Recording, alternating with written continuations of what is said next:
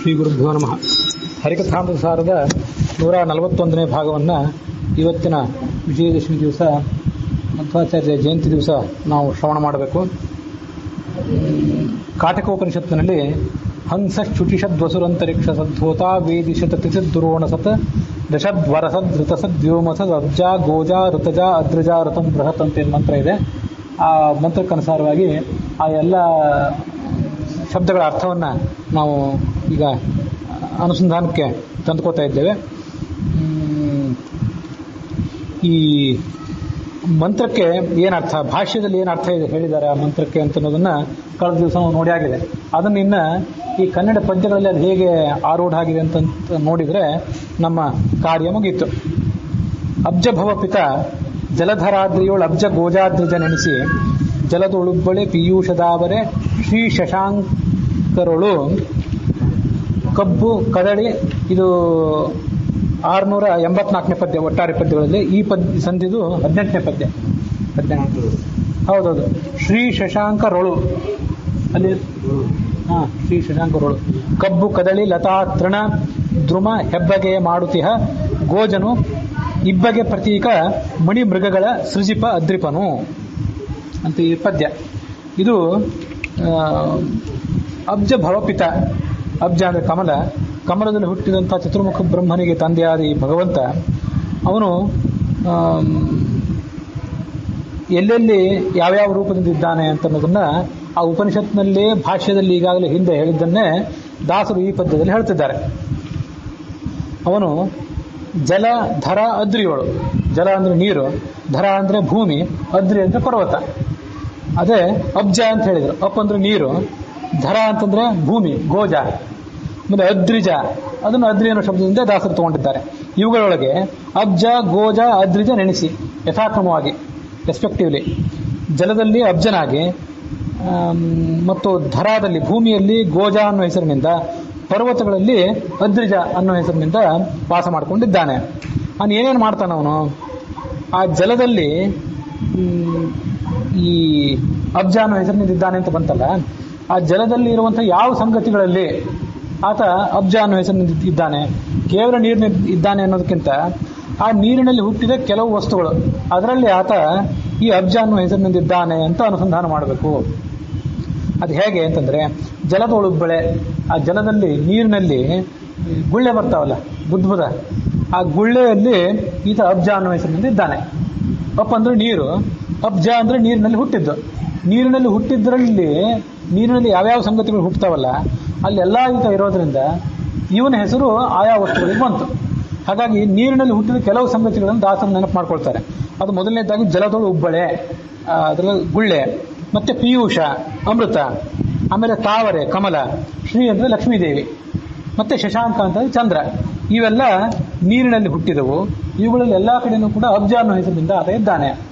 ಅದು ಉಪನಿಷತ್ನಲ್ಲಿ ಹೇಳಿದ್ದು ಅಬ್ಜ ಅಂತ ಅಷ್ಟೇ ಇದೆ. ನೀರಿನಲ್ಲಿ ಹುಟ್ಟಿದ್ದು ಯಾವುದನ್ನು ಬೇಕಾದ್ರೂ ನೀವು ಅನುಸಂಧಾನ ಮಾಡ್ಕೊಡ್ರಿ ಅಂತ ಬಿಟ್ಟರು ಅವರು. ಹಾಗೆ ಭಾಷ್ಯದಲ್ಲಿಯೂ ಕೂಡ ಅದ್ರ ಬಗ್ಗೆ ನೀರಿನಲ್ಲಿ ಹುಟ್ಟಿದ್ದು ಯಾವುದು ಅನ್ನೋದನ್ನು ಭಾಷ್ಯನೂ ಕೂಡ ಸಂಗ್ರಹ ಮಾಡಲಿಲ್ಲ. ಹಾಗಾಗಿ ನೀರಿನಲ್ಲಿ ಹುಟ್ಟಿದ್ದು ಯಾವುದು, ನಮಗೆ ನೀರಿನಲ್ಲಿ ಹುಟ್ಟಿದ್ದು ಯಾವುದ್ಯಾವುದನ್ನು ನೋಡಿದಾಗ ಆ ಭಗವಂತ ನೆನಪು ಬರ್ತದೋ ಅದನ್ನೆಲ್ಲವೂ ತಗೊಳ್ಬೇಕು. ಹಾಗಾಗಿ ನೀರಿನಲ್ಲಿ ಹುಟ್ಟಿದ ಶಂಖ, ಅಲ್ಲಿಯೂ ಕೂಡ ಆ ಭಗವಂತ ಇದ್ದಾನೆ ಅಂತ ತಿಳ್ಕೊಳ್ಬೇಕು. ಈಗ ಇಲ್ಲಿ ಹೆಸರಿಸಿದ ಸಂಗತಿಗಳಿವೆಲ್ಲ ದಾಸರು ತಗೊಂಡ ಸಂಗತಿ, ಅವು ಉಪನಿಷತ್ನಲ್ಲಿ ಹೇಳಿದ್ದಲ್ಲ, ಭಾಷ್ಯದಲ್ಲಿ ಹೇಳಿದ್ದಲ್ಲ. ಆದರೆ ದಾಸರಿಗೆ ಜಗತ್ತನ್ನು ನೋಡ್ತಾ ಕೂತಾಗ ಇದೊಂದು ಕವನ, ಇದೆಲ್ಲ ಸುಮ್ಮನೆ ಕವಿತ್ವ ಪ್ರದರ್ಶನ ಮಾಡಲಿಕ್ಕಾಗಿ ಮಾಡಿದ ಕವನ ಅಲ್ಲ, ಇದೊಂದು ಆಧ್ಯಾತ್ಮಿಕ ಕವಿತಾ. ಹಾಗಾಗಿ ಈ ಸಂಸಾರದಲ್ಲಿ ಅವರು ತಮ್ಮ ಸುತ್ತಮುತ್ತಲು ಕಂಡಂಥ ಕೆಲವು ವಸ್ತುಗಳನ್ನು ನೀರಿನಲ್ಲಿ ಹುಟ್ಟಿದಂಥ ವಸ್ತುಗಳು ಅಂತ ಅವ್ರ ಗಮನಕ್ಕೆ ತಂದುಕೊಂಡು ಅಲ್ಲಿ ಭಗವಂತ ಇದ್ದಾನೆ ಅಂತ ಅವ್ರು ಹೇಳಿದರು. ಇದು ಉಪನಿಷತ್ನಲ್ಲಿ ಬರಲಿಲ್ಲ ಮತ್ತು ಭಾಷ್ಯದಲ್ಲೂ ಬರಲಿಲ್ಲ. ಅದನ್ನು ನಾವು ನೆನಪಿಟ್ಕೊಳ್ಬೇಕು. ನೀರು ಮೇಲಿನ ಗುಳ್ಳೆ, ಇಲ್ಲಿ ಹೇಳಿದ ಸಂಗತಿಗಳು ಕೆಲವೇ ಅಲ್ಲ. ಕೆಲವು ಬಹುತೇಕ ವಸ್ತುಗಳೆಲ್ಲ ಸಮುದ್ರ ಮಥನದಲ್ಲಿ ಹುಟ್ಟಿದವು. ಸಮುದ್ರ ಮಥನ ನೀರಿನಲ್ಲಿ ಕ್ಷೀರಸಾಗರದಲ್ಲಿ ಆಯಿತು ಅಂತ ತಿಳ್ಕೊಳ್ರಿ. ಅಪಾರವಾದ ಕ್ಷೀರಸಾಗರ, ಅಲ್ಲಿ ಅಮೃತ ಹುಟ್ಟಿತು, ಕಮಲ ಹುಟ್ಟಿತು, ಮತ್ತು ಶ್ರೀ ಅಂದರೆ ಚಂದ್ರ ಲಕ್ಷ್ಮೀದೇವಿ ಹುಟ್ಟಿದ್ದು, ಚಂದ್ರ ಹುಟ್ಟಿದ. ಆ ಎಲ್ಲ ವಸ್ತುಗಳಲ್ಲಿ ಭಗವಂತ ಇದ್ದಾನೆ. ದಾಸರು ಯಾವುದೋ ಒಂದು ಸಂದರ್ಭದಲ್ಲಿ ಸಮುದ್ರ ಮಥನಕ್ಕೆ ಸಂಬಂಧಪಟ್ಟಂತೆ ಭಾಗವತ ಮಹಾಭಾರತ ಇತ್ಯಾದಿಗಳನ್ನು ಅವಲೋಕನ ಮಾಡ್ತಾ ಕೂತಾಗ ಅವರಿಗೆ ಇದನ್ನು ನೆನಪು ಬಂದಿರಬಹುದು. ಏನಾಗಿರಬಹುದು? ದಾಸರು ಯಾವ ಮನಸ್ಥಿತಿಯಲ್ಲಿ ಕವನ ರಚನೆ ಮಾಡಿದ್ರು ಅಂತ ನಾವು ಊಹೆ ಮಾಡೋ ಕಷ್ಟ. ಆದ್ರೂ ಇಲ್ಲಿ ಹೇಳಿರೋ ಸಂಗತಿ ನೋಡಿದ್ರೆ ಹಾಗೊಂದು ಕಾಣಿಸ್ತದೆ. ಒಂದೇ ಅಪವಾದ ಅಂದ್ರೆ ಜಲದೊಳಗೆ ಉಬ್ಬಳೆ, ಆ ನೀರಿನ ಮೇಲೆ ಗುಳ್ಳೆ ಇರ್ತದಲ್ಲ, ಆ ಗುಳ್ಳೆನೂ ಕೂಡ ಆ ಕ್ಷೀರಸಾಗರ ಮಥನ ಮಾಡುವಾಗ ಬಂದಿತ್ತು. ಅಲ್ಲಿ ಅದೆಲ್ಲ ಕಂಡಿದ್ದಿರ್ಬೇಕು ಅವರಿಗೆ. ಮತ್ತೆಲ್ಲಕ್ಕಿಂತ ಹೆಚ್ಚಾಗಿ ಸಂಸಾರ ನೀರು ಮೇಲಿನ ಗುಳ್ಳೆ ಅಂತ ಹೇಳ್ತಾರೆ. ಆ ಗುಳ್ಳೆಗಳನ್ನು ನೋಡಿದಾಗ ಅಲ್ಲಿ ಅಬ್ಜ ಅನ್ನೋ ಹೆಸರಿನಿಂದ ಭಗವಂತ ಇರ್ತಾನೆ ಅಂತ ಅವ್ರಿಗೆ ನೆನಪು ಬಂದಿರಬೇಕು. ಇಲ್ಲಿ ಶ್ರೀ ಅಂತಿದೆ, ಲಕ್ಷ್ಮಿ ಅಂತೇಳಿ, ಅದು ಈ ಅನುವಾದದಲ್ಲಿ ಒಂದ್ ಕಡೆ ಬಿಟ್ಟು ಹೋಗಿದೆ. ಕಮಲ ಮತ್ತು ಚಂದ್ರ ಅಂತ ಇಷ್ಟೇ ತಗೊಂಡಿದ್ದಾರೆ, ನಡುವೆ ಲಕ್ಷ್ಮಿ ಅಂತ ಕೂಡ ಸೇರಿಸ್ಕೊಳ್ಬೇಕು. ಕೆಲವು ಅನುವಾದದಲ್ಲಿ ಈಗಾಗಲೇ ಲಕ್ಷ್ಮಿ ಅನ್ನೋ ಹೆಸರು ಇದ್ರೆ ಅದಕ್ಕೇನು ತೊಂದರೆ ಇಲ್ಲ, ಇದೊಂದನ್ನು ಸೇರಿಸ್ಕೊಳ್ಬೇಕು. ಇದಿಷ್ಟು ಅಬ್ಜ ಅನ್ನೋ ಪದಕ್ಕೆ ಸಂಬಂಧಪಟ್ಟಂತೆ ಆಯ್ತು. ಇನ್ನ ಗೋಜ, ಗೋ ಅಂದ್ರೆ ಭೂಮಿ. ಆ ಭೂಮಿಯಲ್ಲಿ ಹುಟ್ಟಿದಂತಹ ವಸ್ತುಗಳಲ್ಲಿ ಎಲ್ಲೆಲ್ಲಿದ್ದಾನೆ ಭಗವಂತ, ಏನೇನು ಕೆಲಸ ಮಾಡ್ತಾನೆ? ಕಬ್ಬು, ಕದಳಿ, ಲತಾ, ತೃಣ, ದ್ರುಮ, ಹೆಬ್ಬಗೆ ಮಾಡುತ್ತಿಹ ಗೋಜನು. ಭೂಮಿಯಲ್ಲಿ ಹುಟ್ಟಿದ ಕೆಲವು ಸಂಗತಿಗಳನ್ನು ದಾಸರು ಮತ್ತೆ ಹೇಳಿದ್ರು. ಯಥಾ ಪ್ರಕಾರ ಇದು ಕೂಡ ಉಪನಿಷತ್ನಲ್ಲಿ ಮತ್ತೆ ಭಾಷ್ಯದಲ್ಲಿ ಬಂದದ್ದಲ್ಲ. ಅದು ಯಾವ್ದಾವ್ದು ಅಂದ್ರೆ ಕಬ್ಬಿನ ನೆನಪು ಬಂತು ದಾಸರಿಗೆ. ಯಾವ ನೈವೇದ್ಯಕ್ಕೆ ಇಡುವ ಕೆಲವು ಸಂಗತಿಗಳು ಬ್ರಾಹ್ಮಣರಿಗೆ ಏನೇನು ನೆನಪಿಗೆ ಇಡಬೇಕು ಅದು ನೆನಪಿಗೆ ಬಂದಿದೆ ಅಷ್ಟೇ. ಕಬ್ಬು, ಕದಳಿ ಅಂತಂದ್ರೆ ಬಾಳೆ, ಲತಾ ಅಂದ್ರೆ ಬಳ್ಳಿಗಳು, ಕೆಲವು ಯಾವ್ಯಾವುದೋ ಬಳ್ಳಿಗಳು, ತೃಣ ಹುಲ್ಲು, ಗರಿಕೆ, ದೇವರಿಗೆ ಇದನ್ನು ಸಮರ್ಪಣೆ ಮಾಡ್ತೀವಿ, ದರ್ಭೆ ಇತ್ಯಾದಿಗಳು. ಮತ್ತೆ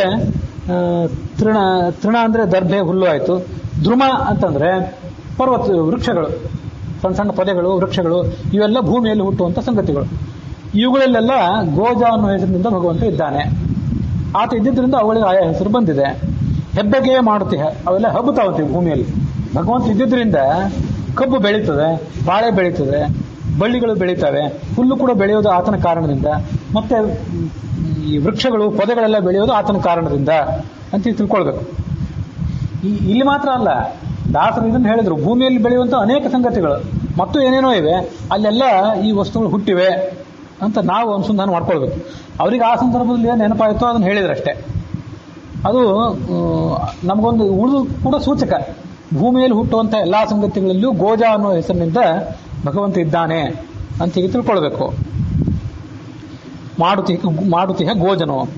ಇಬ್ಬಗೆ ಪ್ರತೀಕ ಮಣಿಮೃಗಗಳ ಸೃಜಿಪ ಅದ್ರಿಜನು. ಇನ್ನು ಅದ್ರಿಜ ಅಂತ ಕೊನೆಯ ಹೆಸರಿದೆ, ಪರ್ವತದಲ್ಲಿ ಹುಟ್ಟಿದವನು ಅಂತೇಳಿ. ಪರ್ವತದಲ್ಲಿ ಹುಟ್ಟಿದವನು ಅನ್ನೋ ಈ ಶಬ್ದ ಏನನ್ನು ಹೇಳ್ತದೆ? ಇಬ್ಬಗೆ ಪ್ರತೀಕ, ಎರಡು ಬಗೆಯ ಪ್ರತೀಕಗಳಿವೆ. ಅವ್ಯಾವ ಅಂದ್ರೆ ಮಣಿಗಳು ಮತ್ತು ಮೃಗಗಳು. ಇವೆರಡು ಪ್ರತೀಕಗಳು. ಈ ಪ್ರತೀಕಗಳಲ್ಲಿ ಆ ಅದ್ರಿಜ ಅನ್ನೋ ಹೆಸರಿನಿಂದ ಭಗವಂತ ಇದ್ದಾನೆ. ಈ ಮಣಿ ಮತ್ತು ಮೃಗಗಳೆರಡೂ ಕೂಡ ಪರ್ವತದಲ್ಲಿ ಹುಟ್ಟುವಂಥವು ಅಂತ ಇಷ್ಟ ಅರ್ಥ ಸ್ಪಷ್ಟ ಆಗ್ತದೆ. ಇಲ್ಲಿ ನೀವು ಕನ್ನಡ ಪುಸ್ತಕ ಯಾರು ಮುಂದೆ ಇಟ್ಕೊಂಡು ಕೂತ್ಕೊಂಡಿದ್ರೆ ಅಲ್ಲೊಂದ್ ಕಡೆ ಅನುವಾದದಲ್ಲಿ ಜಡ ಮತ್ತು ಚೇತನಗಳೆಂಬ ಪ್ರತೀಕಗಳಲ್ಲಿ ಅಂತ ಅನುವಾದ ಮಾಡಿದ್ದಾರೆ. ಅದನ್ನು ದಾಸರು ಅಲ್ಲೇನು ಹೇಳಲಿಲ್ಲ, ಹಾಗಾಗಿ ಅದನ್ನು ಇಲ್ಲಿ ಹೇಳಬೇಕಾಗಿಲ್ಲ. ಇಬ್ಬಗೆ ಪ್ರತೀಕ ಅಂದ್ರೆ ಮಣಿ ಮತ್ತು ಮೃಗ. ಅನುವಾದ ಮಾಡೋರು ಜಡ ಮತ್ತು ಚೇತನ ಅನ್ನುವಂಥ ಎರಡು ಪ್ರತೀಕಗಳನ್ನ ಇಟ್ಕೊಂಡು ಮತ್ತೆ ರತ್ನ, ಮಣಿ ಅಂತ ಪ್ರತ್ಯೇಕವಾಗಿ ಇಟ್ಕೊಂಡಿದ್ದಾರೆ. ರತ್ನ, ಮಣಿ, ಮೃಗ ಮೊದಲಾದ ಚೇತನಗಳನ್ನು ಪ್ರತ್ಯೇಕವಾಗಿ ಇಟ್ಕೊಂಡಿದ್ದಾರೆ. ಹಾಗೇನು ಬೇಕಾಗಿಲ್ಲ. ಸುವಿದ್ಯೇಂದ್ರ ಸ್ವಾಮಿಗಳು ಹೇಳುವಾಗ ಮಣಿ ಮತ್ತು ಮೃಗಗಳೇ ಎರಡು ಬಗೆಯ ಪ್ರತೀಕ ಅಂತ ಹೇಳಿದ್ದಾರೆ. ಹಾಗಾಗಿ ಈ ಜಡಾಚೇತನ ಅಂತ ಇಟ್ಕೊಂಡ ತಪ್ಪಲ್ಲ, ತಪ್ಪು ನಾನು ಹೇಳ್ತಿಲ್ಲ. ಇಬ್ಬಗೆಯ ಪ್ರತೀಕ ಅಂತ ದಾಸರು ಹೇಳ್ತಿರೋದನ್ನು ಮಣಿಮೃಗ ಅಂತಾನೆ ಹೇಳ್ತಿದ್ದಾರೆ ಅಂತ ಹೇಳಿದ್ರೆ ಅದಕ್ಕೊಂದು ಹೆಚ್ಚಿನ ಸ್ವಾರಸ್ಯದ ಅರ್ಥ ಆಗ್ತದೆ. ಆ ಪ್ರಕಾರ ಅದನ್ನ ಅರ್ಥ ಮಾಡ್ಕೊಳ್ಬಹುದು. ಅದೇನು ಅಂತ ನನಗೆ ಬುದ್ಧಿ ತಿಳಿದಷ್ಟು ಈಗ ಹೇಳ್ತೇನೆ. ಈ ಪಂಚರತ್ನ ಪ್ರಕಾಶಿಕದಲ್ಲೂ ಕೂಡ ಇಬ್ಬಗೆ ಪ್ರತೀಕ ಅಂದ್ರೆ ಎರಡು ವಿಧವಾದ ವಸ್ತುಗಳನ್ನು, ಅಂದರೆ ಮೂರ್ತಿ, ಮಣಿ, ಜಡಮೂರ್ತಿ. ಮತ್ತೆ ಇವೆಲ್ಲ ಪರ್ವತಗಳಲ್ಲಿ ಮಣಿಗಳು ಹುಟ್ಟುತ್ತವೆ. ಮತ್ತೆ ಮೃಗಗಳು, ಹುಲಿ, ಕರಡಿ, ಸಿಂಹ ಮೊದಲಾದ ಪ್ರಾಣಿಗಳು ಕೂಡ ಪರ್ವತದಲ್ಲೇ ಹುಟ್ಟುತ್ತವೆ.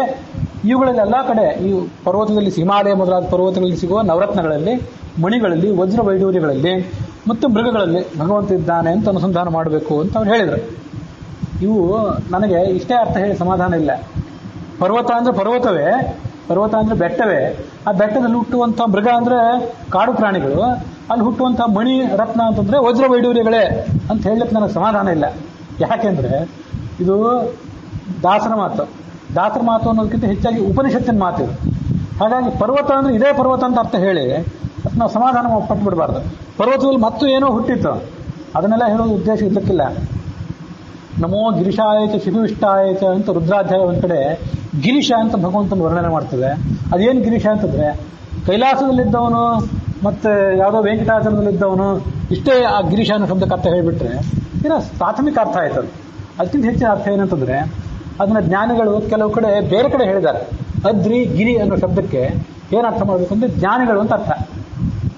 ಅದ್ರಿಗಳು ಮತ್ತು ಗಿರಿಗಳು ಅಂತಂದ್ರೆ ಜ್ಞಾನಿಗಳು. ಆ ಜ್ಞಾನಿಗಳು, ಗಿರಿ ಅಂದ್ರೆ ಯಾರು ಅಜ್ಞಾನವನ್ನು ನಾಶ ಮಾಡ್ತಾರೆ, ಜ್ಞಾನವನ್ನು ಹೊರ ಹಾಕ್ತಾರೆ. ಗೃಹ ನಿಗರಣೆ ಅಂತ ಧಾತು ಅದು. ಹಾಗಾಗಿ ಗಿರಿಗಳು, ಅದ್ರಿಗಳು, ಪರ್ವತಗಳು ಇವೆಲ್ಲ ಶಬ್ದಕ್ಕೆ ಇನ್ನೊಂದು ಕಡೆ ಪರ್ವತ ಅನ್ನೋ ಶಬ್ದಕ್ಕೆ ಗರುಡಶೇಷ ರುದ್ರು ಅಂತ ಅರ್ಥ ಮಾಡಿ ಈ ಹರಿವಂಶದಲ್ಲಿ ಬಂದಿತ್ತು. ಇದೆಲ್ಲ ಮಾರ್ಗದರ್ಶನ. ಅದಕ್ಕಾಗಿ ಸುಮ್ಮನೆ ಅದ್ರಿ ಅಂದ್ರೆ ಬರೇ ಪರ್ವತ ಅಂತ ಅರ್ಥ ಮಾಡಿ ನನಗೆ ಮನಸ್ಸಿಲ್ಲ.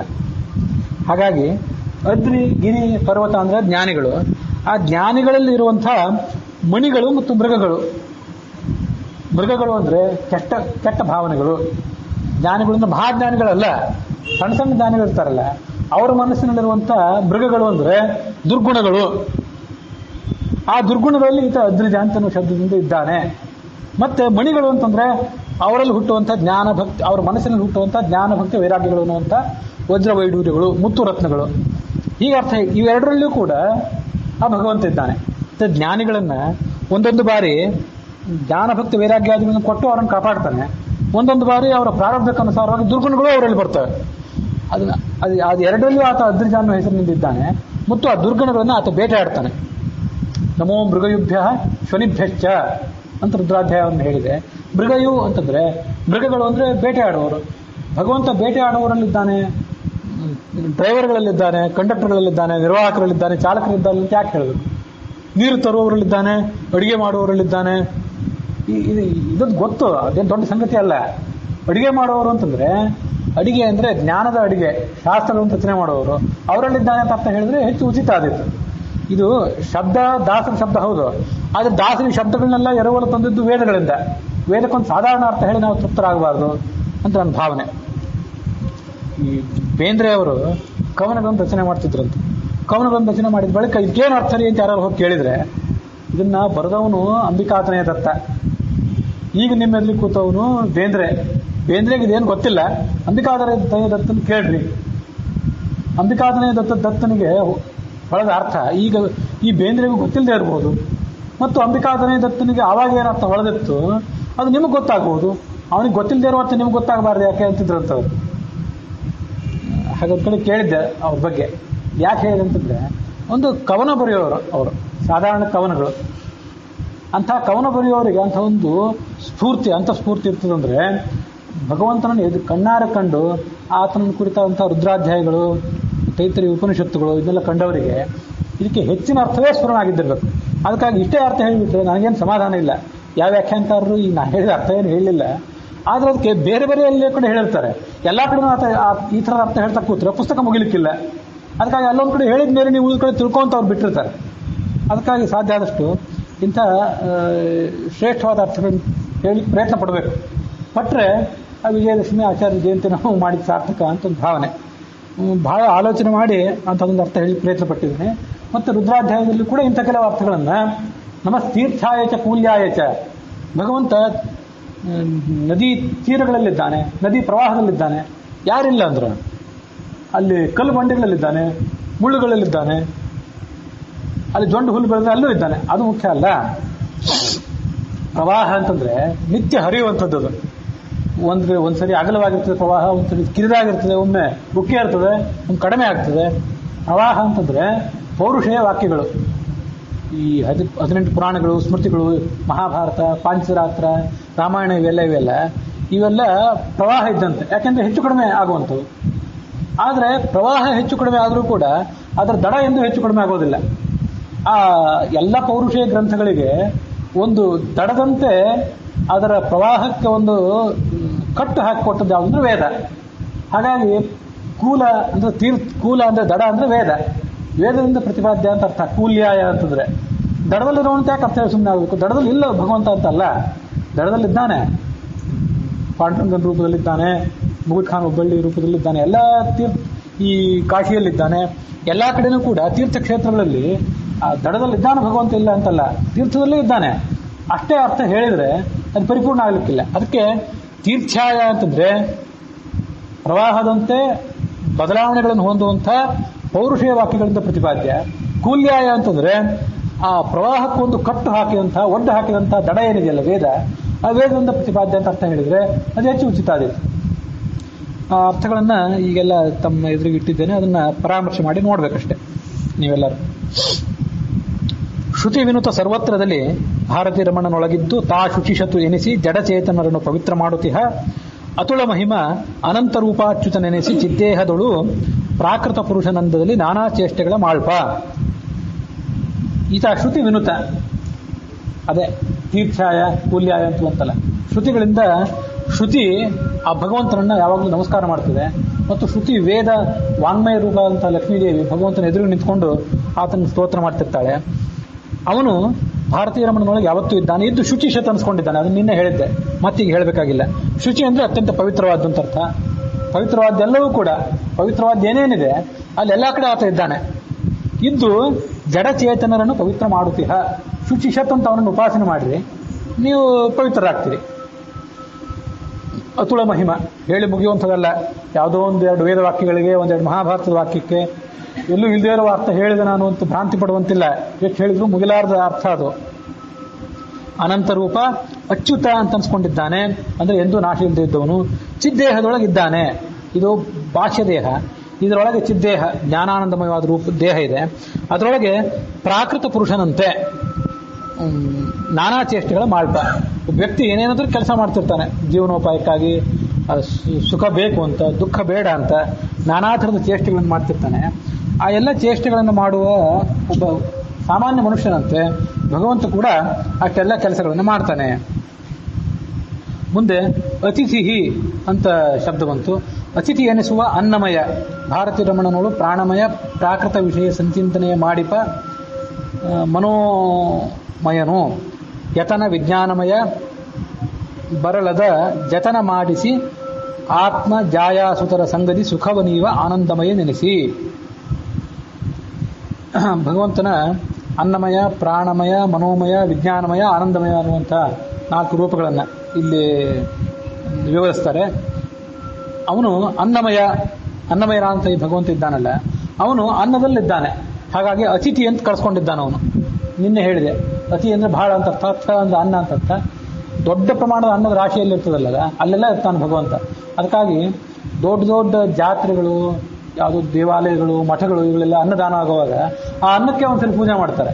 ಯಾಕಂದ್ರೆ ಅಲ್ಲೇ ಭಗವಂತ ಇರ್ತಾನೆ. ಆ ಹೆಸರಿನಿಂದ ಅನ್ನ ಅಕ್ಷಯ ಆಗಲಿ, ಅದು ಎಲ್ಲರಿಗೂ ಕೂಡ ಸಾಲಲಿ, ಕಡಿಮೆ ಕೊರತೆ ಆಗದೆ ಇರಲಿ ಅಂತ. ಅದಕ್ಕೆ ಅನ್ನಂ ನನಿಂದ್ಯಾತ್, ಅನ್ನದೊಳಗಿರೋ ಭಗವಂತನ ನಿಂದನೆ ಮಾಡಬೇಡ್ರಿ, ತಿರಸ್ಕಾರ ಮಾಡಬೇಡ್ರಿ. ತದ್ವ್ರತಂ, ಅನ್ನವನ್ನು ಭೋಜನ ಮಾಡೋದೇನಿದೆಯಲ್ಲ, ಅನ್ನವನ್ನು ತಿನ್ನೋದು ಮತ್ತು ಅನ್ನನಾಮಕನಾದ ಭಗವಂತನನ್ನು ಉಪಾಸನೆ ಮಾಡೋದು, ಇವೆರಡೂ ಕೂಡ ಒಂದು ವ್ರತ. ಈ ವ್ರತಗಳನ್ನ ಪಾಲನೆ ಮಾಡ್ರಿ. ಅತಿಥಿ ಎನಿಸುವ ಅನ್ನಮಯ. ಒಂದು ಭಾರತೀಯ ರಮಣನೊಳಗೆ ಮುಖ್ಯ ಪ್ರಾಣನಲ್ಲಿ ಪ್ರಾಣಮಯ ಅನ್ನುವ ಹೆಸರಿನಲ್ಲಿದ್ದಾನೆ.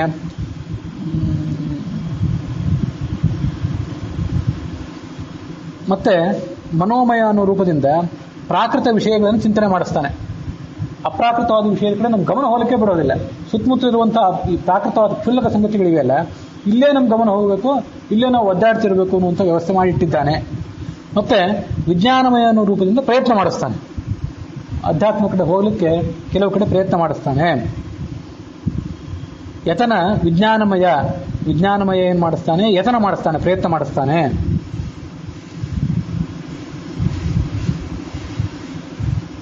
ಮುಂದೆ ಆನಂದಮಯ, ಇದು ವಿಜ್ಞಾನಮಯ ಆಯಿತು. ಮುಂದೆ ಆನಂದಮಯ ಅಂತ ಅನ್ಸ್ಕೊಂಡಿದ್ದಾನೆ. ನಮ್ಮ ದೇಹದಲ್ಲಿ, ಪತ್ನಿಯಲ್ಲಿ, ಮಕ್ಕಳಲ್ಲಿ ಎಲ್ಲಾ ಕಡೆ ಇದ್ದಾನೆ. ಈ ನಾವು ಮಾಡುವ ಪ್ರಯತ್ನವನ್ನ ಇವರೆಲ್ಲ ರಕ್ಷಣೆ ಮಾಡಬೇಕು.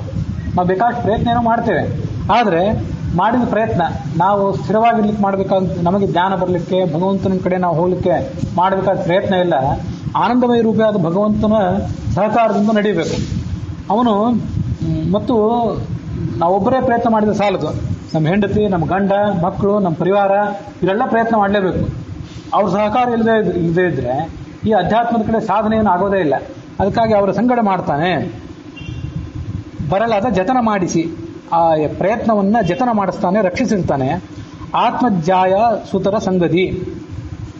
ಆತ್ಮ ಅಂದ್ರೆ ತಾನು, ಜಾಯ ಅಂದ್ರೆ ಹೆಂಡತಿ, ಸುತ ಅಂದ್ರೆ ಮಕ್ಕಳು.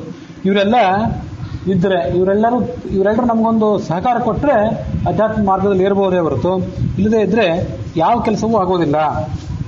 ಇನಿತು ರೂಪಾತ್ಮಕನಿಗೆ ದೋಷಗಳೆನಿತು ಬಪ್ಪವು ಪೇಳಿರೈ ಬ್ರಾಹ್ಮಣ ಕುಲೋತ್ತಮರಾದವರು ನಿಷ್ಕಪಟ ಬುದ್ಧಿಯಲ್ಲಿ ಗುಣನಿಯಾಮಕ ತತ್ತದಾಹ್ವಯ ನೆನೆಸಿ ಕಾರ್ಯವ ಮಾಳ್ಪ ದೇವನ ನೆನೆದ ಮಾತ್ರದಿ ದೋಷ ರಾಶಿಗಳೆಲ್ಲ ಕೆಡುತ್ತಿಹವು. ಇಷ್ಟೊಂದು ರೂಪಗಳಿವೆ ಭಗವಂತನಿಗೆ, ಅವನಿಗೆ ದೋಷ ಹೇಗೆ ಬರ್ಲಿಕ್ಕೆ ಸಾಧ್ಯ? ಇದನ್ನು ವಿಚಾರ ಮಾಡ್ರಿ ನೀವು. ನಮಗೆ ನಖಶಿಖಾಂತ ದೋಷಗಳು ನಮ್ಮ ವ್ಯಕ್ತಿತ್ವದಲ್ಲಿ. ಅವನಿಗೆ ಯಾಕೆ ದೋಷ ಇಲ್ಲ ಅಂತಂದ್ರೆ ಅವನಿಗೆ ಅಷ್ಟು ರೂಪಗಳಿವೆ. ಎಲ್ಲಾ ಕಡೆ ಇದ್ದೂ ಕೂಡ ಯಾವುದೇ ದೋಷ ಅಂಟದಂತೆ ಆತ ಕೆಲಸ ಮಾಡಬಲ್ಲ. ನಿಮಗೆ ಎಲ್ಲಾ ಕಡೆ ಇರೋ ಶಕ್ತಿ ಇಲ್ಲ, ನೀವು ವ್ಯಾಪ್ತರಲ್ಲ ಎಲ್ಲಾ ಕಡೆ, ಹಾಗಾಗಿ ನಿಮಗೆ ದೋಷಗಳು. ಅವನು ಎಲ್ಲಾ ಕಡೆ ವ್ಯಾಪ್ತನಾಗಿದ್ದಾನೆ, ಬೇರೆ ಬೇರೆ ರೂಪದಿಂದ ಇದ್ದಾನೆ, ಇದ್ದು ಆಯಾ ರೂಪದಿಂದ ಅದನ್ನು ರಕ್ಷಣೆ ಮಾಡ್ತಿದ್ದಾನೆ. ಹಾಗಾಗಿ ಇನಿತು ರೂಪಾತ್ಮಕನಿಗೆ ದೋಷಗಳೆನಿತು ಬಪ್ಪವು. ಹೇಗೆ ದೋಷ ಬರ್ಲಿಕ್ಕೆ ಸಾಧ್ಯ? ಬ್ರಾಹ್ಮಣ ಕುಲೋತ್ತಮರಾದವರು, ದೊಡ್ಡ ಬ್ರಾಹ್ಮಣರು ಅಂತ ಹೇಳ್ಕೊತಿದ್ದೀರಿ, ಶೈವರು ವೈಷ್ಣವರು ದೊಡ್ಡ ಕುಲದಲ್ಲಿ ಹುಟ್ಟಿದವರು ಅಂತ ಎಲ್ಲರೂ ಭ್ರಾಂತಿ ಪಡ್ತಿದ್ದೀರಿ, ದುರಹಂಕಾರ ಪಡ್ತಿದ್ದೀರಿ. ಹೇಳ್ರಿ ಯಾರಾದರೂ ಹೇಗೆ ಭಗವಂತನಿಗೆ ದೋಷ ಬರ್ಲಿಕ್ಕೆ ಸಾಧ್ಯ? ಅದನ್ನು ಹೇಳ್ರಿ ನಿಷ್ಕಪಟ ಬುದ್ಧಿಯಲ್ಲಿ. ಮನಸ್ಸಿನಲ್ಲಿರುವಂತಹ ದುರ್ಗುಣಗಳನ್ನು ಕಿತ್ತಿ ಒಗೆಯಿರಿ, ಸ್ವಲ್ಪ ಆಲೋಚನೆ ಮಾಡಿ ಹೇಳ್ರಿ ನೋಡೋಣ. ದಾಸರ ಒಂದು ಸವಾಲದು. ಯಾಕೆ ಭಗವಂತನಿಗೆ ದೋಷ ಇಲ್ಲ ಅಂದ್ರೆ ಇಷ್ಟು ರೂಪಗಳು ಅವನಿಗೆ. ಇದೊಂದು ಅನುಮಾನ. ಭಗವಂತ ನಿರ್ದೋಷನಾಗಿದ್ದಾನೆ ಯಾಕೆ ಅಂತಂದ್ರೆ ಆತ ಎಲ್ಲ ಕಡೆ ವ್ಯಾಪ್ತನಾದ್ರಿಂದ, ಅನಂತ ರೂಪ ಉಳ್ಳವನಾದ್ರಿಂದ. ಪರ್ವತದಲ್ಲಿ ಬೆಂಕಿ ಇದೆ ಯಾಕೆಂದ್ರೆ ಹೊಗೆ ಇದ್ದುದರಿಂದ ಅಂತ ಅನುಮಾನ ಮಾಡ್ತೀವಲ್ಲ, ಭಗವಂತ ಅನಂತ ರೂಪಗಳುಳ್ಳವನಾದ್ರಿಂದ ಆತನಿಗೆ ದೋಷ ಇಲ್ಲ ಅಂತ ಒಂದು ಅನುಮಾನ ಪ್ರಯೋಗ ಇದೆ. ಶಾಸ್ತ್ರ ಹೇಳಿದಂಥ ಒಂದು ಅನುಮಾನ. ನಿಷ್ಕಪಟ ಬುದ್ಧಿಯಿಂದ ವಿಚಾರ ಮಾಡ್ರಿ ಎಲ್ಲರೂ. ಸುಮ್ಮನೆ ಯಾಕೆ ಬ್ರಾಹ್ಮಣರು ಅಂತ ತಿಳ್ಕೊತೀರಿ ಅಂತದ್ದು. ಗುಣನಿಯಾಮಕ ತತ್ತದಾಹ್ವಯ, ಸತ್ವರಜ ತಮಸ್ಸು ಅನ್ನುವಂಥ ಪ್ರಾಕೃತ ಗುಣಗಳಿಗೆ ನಿಯಾಮಕ, ಜ್ಞಾನ ಭಕ್ತಿ ವೈರಾಗ್ಯ ಅನ್ನುವಂಥ ಆಂತರಿಕ ಗುಣಗಳಿಗೆ ನಿಯಾಮಕ. ತತ್ತದಾಹ್ವಯ ನೆನೆಸಿ, ಎಲ್ಲೆಲ್ಲಿದ್ದಾನೋ ಅದೇ ಹೆಸರಿದೆ ಅವನಿಗೆ. ಕಾರ್ಯವ ಮಾಳ್ಪ, ಎಲ್ಲಾ ಕೆಲಸಗಳನ್ನು ಮಾಡ್ತಿದ್ದಾನೆ. ಅಂತಹ ದೇವನನ್ನು ನೆನಪು ಮಾಡ್ಕೊಳ್ರಿ. ನೆನಪು ಮಾಡ್ಕೊಂಡು ಮಾತ್ರಕ್ಕೆ ದೋಷ ರಾಶಿಗಳೆಲ್ಲ ಕರಗಿ ಹೋಗ್ತವೆ ಅಂತ ಹೇಳಿತು. ಅಲ್ಲಿಗೆ ಈ ಭಕ್ತಾಪರಾಧ ಸಹಿತ ಸಂಧಿ ಅಂತ 22ನೇ ಸಂಧಿ ಏನಿದೆ ಅದರ 21ನೇ ಪದ್ಯ. ಒಟ್ಟಾರೆ ಪದ್ಯಗಳಲ್ಲಿ 647ನೇ ಪದ್ಯ. ಇವತ್ತು ವಿಜಯದಶಮಿ, ಆಚಾರ್ಯರ ಜನ್ಮ ದಿನ ಕೂಡ. ಈಗ ದೋಷ ರಾಶಿಗಳೆಲ್ಲ ಕೆಡುತ್ತಿಹವು. ಇಲ್ಲಿಯವರೆಗೆ ನಾವು ಆ ವೆಂಕಟ ಪುರಾಣದ ಕೂಡ ಶ್ರವಣ ಮಾಡಿದ್ವಿ. ವೆಂಕಟ ಅಂದ್ರೆ ಎಲ್ಲಾ ಪಾಪಗಳನ್ನು ನಾಶ ಮಾಡುವನು ಅಂತ ಅರ್ಥ. ಕೃಷ್ಣ ಅಂತಂದ್ರೆ ಕೃಷ್ಣಾದಿ ದೋಷ ನಾಶಕ ಅಂತ ಹೇಳಿದಂತೆ ಕೃಷ್ಣನ ಸ್ಮರಣೆಯನ್ನು ಕೂಡ ಎಲ್ಲಾ ದೋಷಗಳಿಗೆ ನಾಶ ಮಾಡುವಂಥದ್ದು.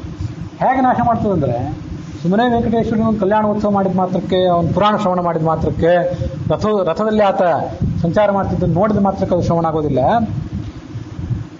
ಗುಣನಿಯಾಮಕ ತತ್ತದಾಹ್ವಯನ ನೆನೆಸಿ ಕಾರ್ಯ ಮಾಲ್ಪ ದೇವನ ನೆನಪು ಮಾಡ್ಕೊಳ್ರಿ.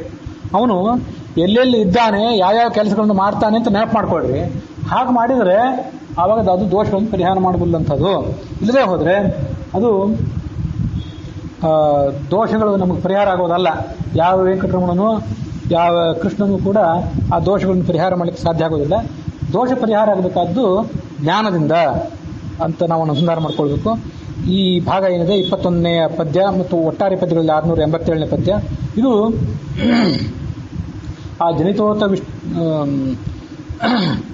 ಪವಮಾನ ಸೂಕ್ತಾದಿಗಳಲ್ಲಿ ಪ್ರತಿಪಾದ್ಯನಾದಂಥ ಮಾತರೇಶ್ವ ಏನಿದ್ದಾನೆ, ಅವನ ಅಂತರ್ಯಾಮಿಯಾಗಿರ್ತಕ್ಕಂಥ ಶ್ರೀಭೂ ಸಮೇತನಾದಂಥ ಶ್ರೀಶ್ಚತೆ ಲಕ್ಷ್ಮೀಶ್ಚ ಪತ್ನವು ಅಂತ ಉಪನಿಷತ್ತವನ್ನು ವರ್ಣನೆ ಮಾಡಿದೆ. ಆ ಉಪನಿಷತ್ ಪ್ರತಿಪಾದ್ಯನಾದಂಥ ಜನಿತೋತ ವಿಷ್ಣು ಅಂತ ಮಂತ್ರದಿಂದ ಪ್ರತಿಪಾದ್ಯನಾದಂಥ ರುದ್ರಾಧ್ಯಾಯ ಮತ್ತು ವೇದವ್ಯಾಸರಿಂದ ರಚಿತವಾದಂಥ ಭವಿಷ್ಯೋತ್ತರ ಪುರಾಣದಲ್ಲಿ ಅಂತರ್ಗತವಾದಂಥ ವೆಂಕಟೇಶನ ಮಹಾತ್ಮ್ಯ, ಇವುಗಳೆಲ್ಲದರಿಂದ ಆತ ಪ್ರತಿಪಾದ್ಯ. ರುದ್ರಾಧ್ಯಾಯದಿಂದ ಯಾಕೆ ಪ್ರತಿಪಾದ್ಯ? ಕಳೆದ ದಿವಸ ಹೇಳಿದ್ದೆ. ರುದ್ರಾಧ್ಯಾಯದಲ್ಲಿ ಭಗವಂತನನ್ನು ಒಂದ್ ಕಡೆ ಏಕವಚನದ ವರ್ಣನೆ ಮಾಡ್ತಾರೆ, ಮತ್ತೊಂದು ಕಡೆ ಬಹುವಚನದ ವರ್ಣನೆ ಮಾಡ್ತಾರೆ, ಮತ್ತೊಂದು ಕಡೆ ಪುಲ್ಲಿಂಗದ ವರ್ಣನೆ ಮಾಡ್ತಾರೆ, ಮತ್ತೊಂದು ಕಡೆ ಸ್ತ್ರೀಲಿಂಗದ ವರ್ಣನೆ ಮಾಡ್ತಾರೆ.